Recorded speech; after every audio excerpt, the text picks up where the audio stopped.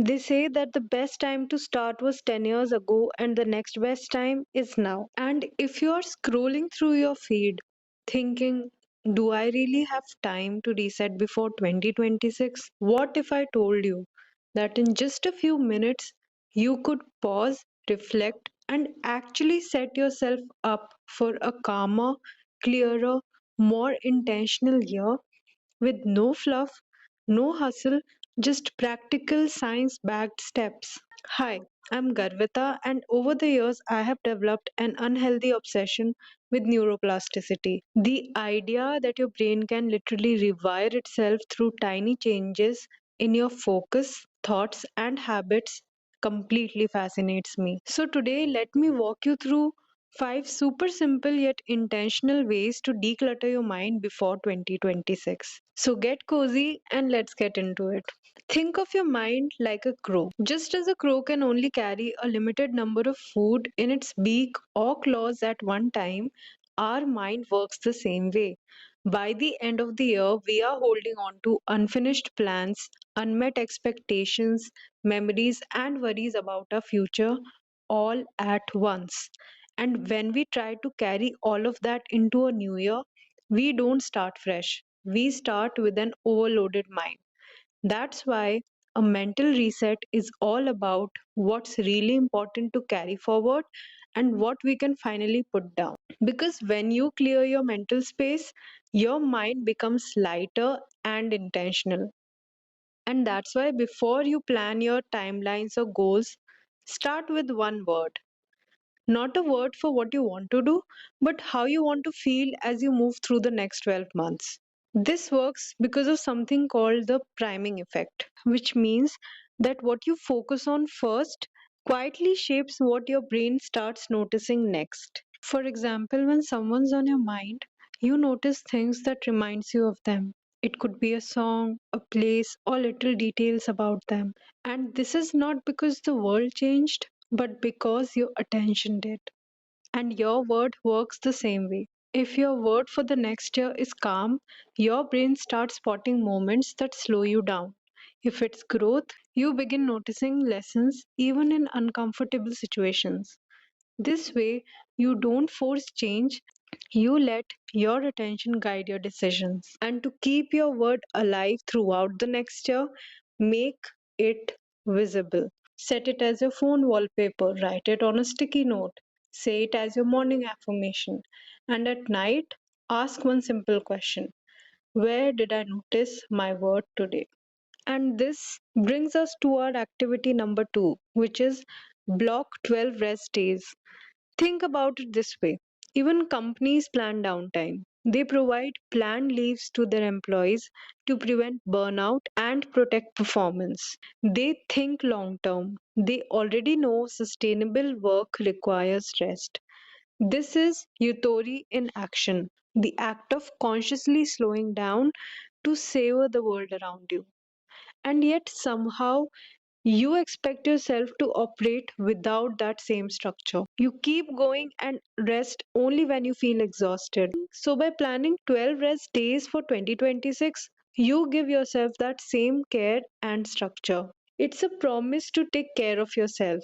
So, treat these 12 days as your non negotiables, your anchor points. You don't fill them, you don't optimize them, you simply exist. So, congratulations, you have successfully set the tone for 2026 and protected your energy and carved out resting periods for the year ahead. Now it's time to reflect.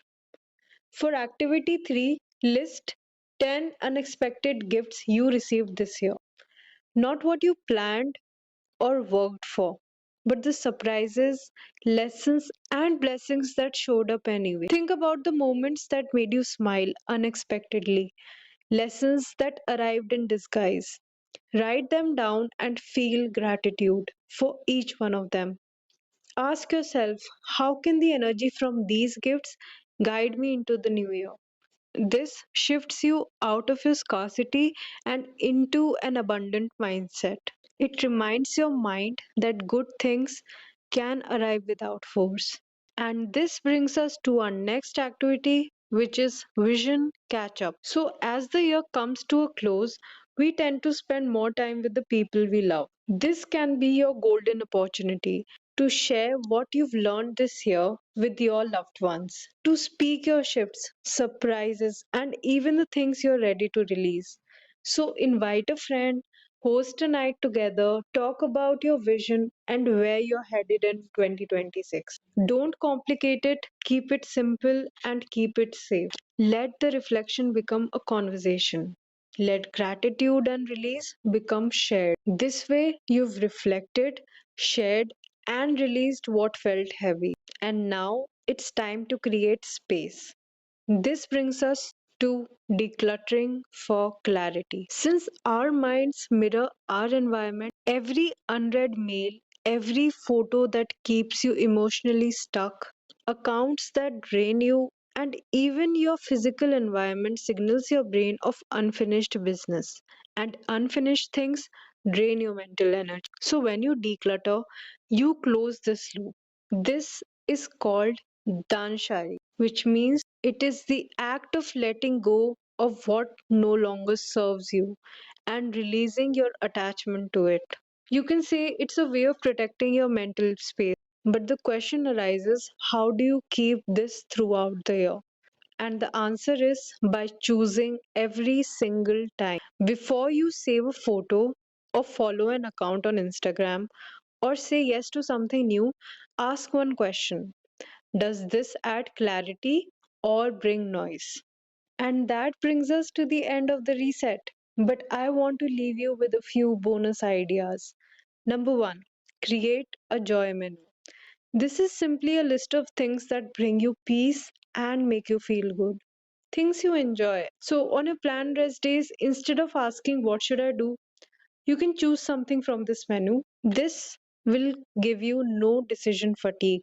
This way, instead of scrolling, you choose something that genuinely fills you up. This trains your brain to associate rest with nourishment. The second bonus tip is simple: make a stop doing list. All the habits, thoughts, patterns, automatic yeses that drain you, write them down. And as you do this, reflect on your boundaries: what worked, what didn't, and what needs to shift. Naming what you no longer accept protects your energy without adding effort. Carry this through the year, and when something feels heavy, ask yourself, is this a boundary I need to reinforce? Then give yourself permission to choose differently. And this brings us to the last bonus tip, which is create a done list.